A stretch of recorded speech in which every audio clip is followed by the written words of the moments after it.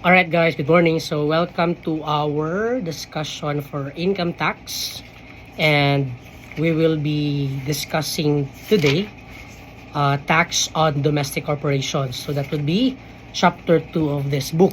So it will be part of the our semi-final examination. So kindly check on this video. Okay, so let me start with 2 dash Chapter 2, 2-1, Tax on Domestic Corporations. So, domestic corporations are entities organized and constituted under the Corporation Code of the Philippines. So, meaning to say, domestic. So, it is created locally.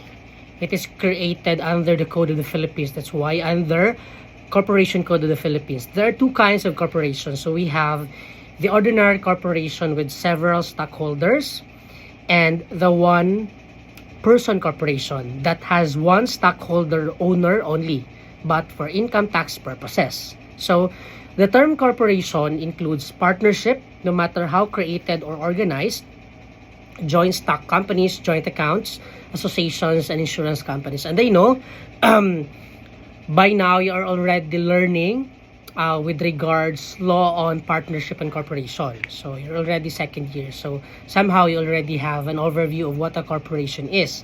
So, but if we talk about corporation, it does not include general professional partnership or GPP, a joint venture, or consortium formed for the purpose of undertaking construction projects. Same, a joint venture for engaging in petroleum, coal, geothermal, and other energy operations pursuant to an operating or consortium agreement under a service contract with the government. So those three are the three categories that we cannot classify as a corporation. So, but what is GPP? So, General Professional Partnership is a partnership formed by persons for the sole purpose of exercising their common profession. Just like, for example, an auditing firm, or for example, we have this Sumayang Boisilio Cagasan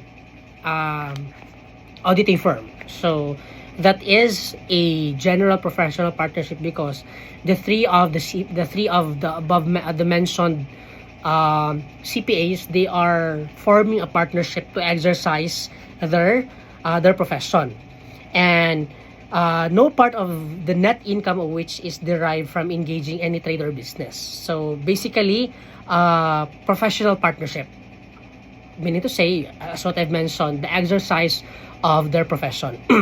So domestic corporations are subject to any or some of, first, capital gains tax,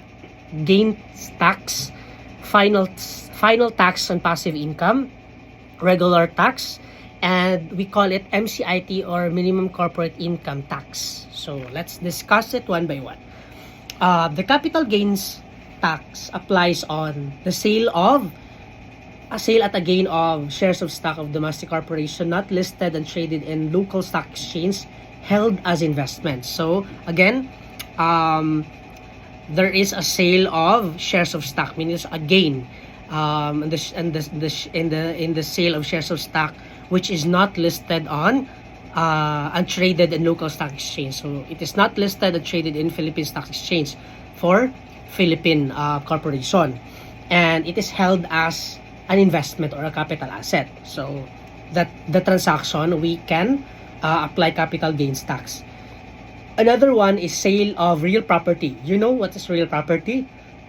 Those are immovable property and held as investment, sold to whether okay, so we have here so again, sale of gain of shares of stock which is not traded and listed in local stock exchange and held as capital, held as an investment, and also sale of real property held as investment. And on page 2-2, these are the final tax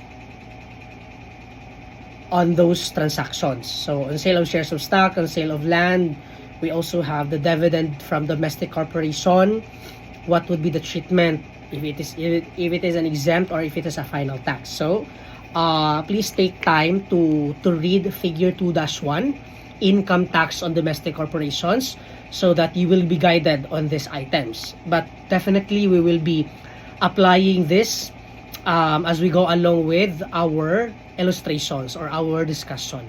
So now, formula on shares of stocks. So per transaction. So like for example, we have selling price of shares of stock of a domestic corporation not listed. So there's a selling price. Then, but again, it should be not listed and traded in any local stock exchange and also held as capital asset. Those are the requirement for us to apply a capital gains tax. And after the selling price, we will less the cost. So it will equal the difference should be a capital gain.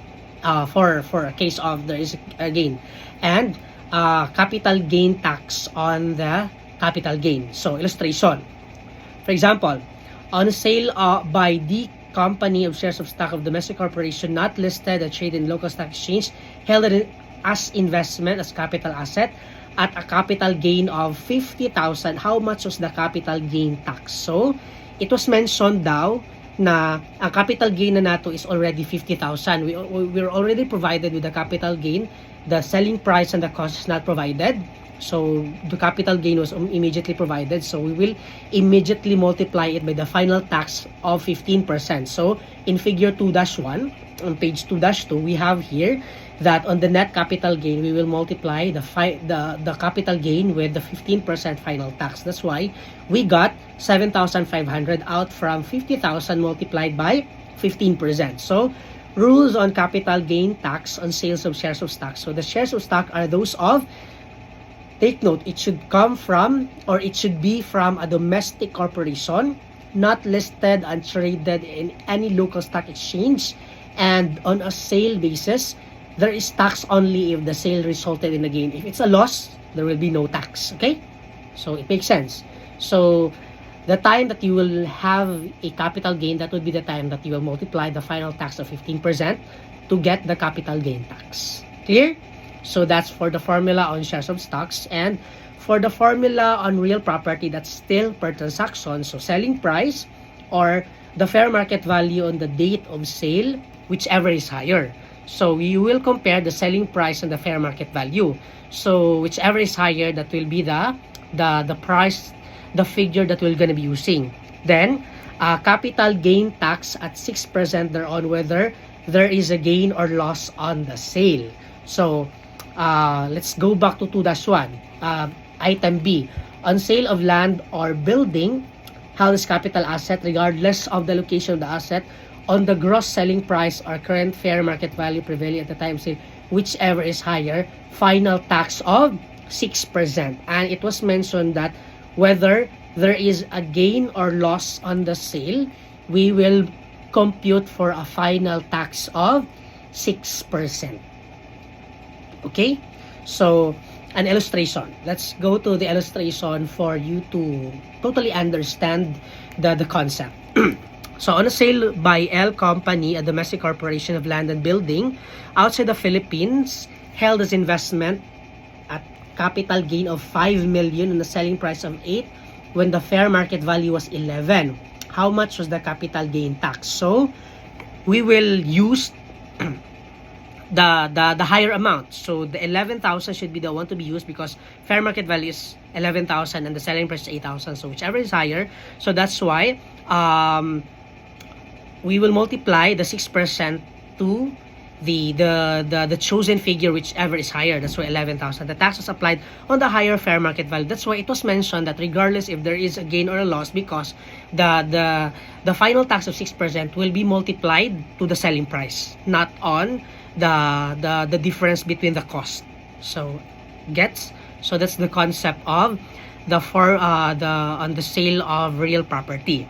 And another illustration, on the sale of land and building in the Philippines held as investment at a capital loss of 2 million on a selling price of 5 million, the fair market value was 4.5. So naatay capital loss, gain na naman capital gain. So di ba gain whether capital gain or capital loss. So kaya ato man lang kita mag-base sa selling price, dili man ta mag-base sa sa resulting amount after deducting the cost. So now we got a capital loss, but we still have a final tax of 6%, and we multiplied it to the 5 million, which is the higher amount. 5 million multiplied by 6%, that's why we got a capital gain tax of that's why we have a 6%, because we multiplied